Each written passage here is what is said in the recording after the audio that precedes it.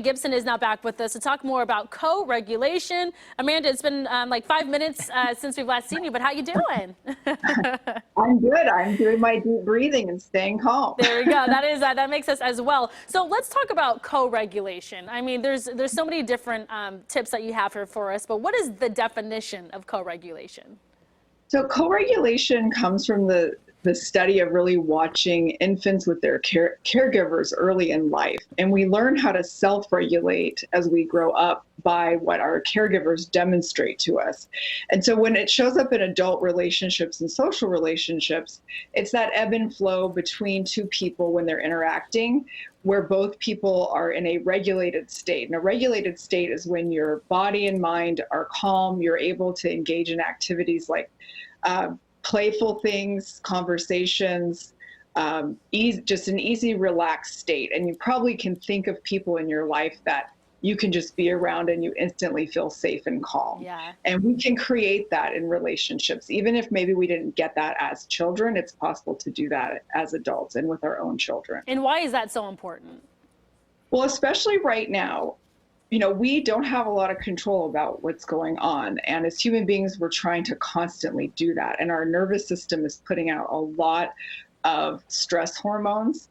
And when we're in a crisis, like if we lose someone, for example, and we are going through the funeral and all of that, and then after everyone leaves, then your body kind of goes, okay, now I can relax and start to heal. But this is a long-term crisis, and we're all feeling a lot of fatigue. Sure. So if we can regulate our nervous system through co-regulation, we're going to be recharging our bodies on a daily basis so that we can cope better overall. Yeah, and there's a difference between virtual co-regulation and then in-person co-regulation.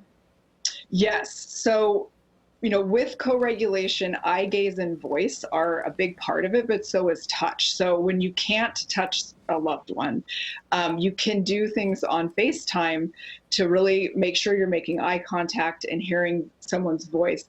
I had a really sweet interaction with my niece and nephew this week where they were on FaceTime trying to kiss my forehead, and it was very sweet. I really felt their love through that, through FaceTime.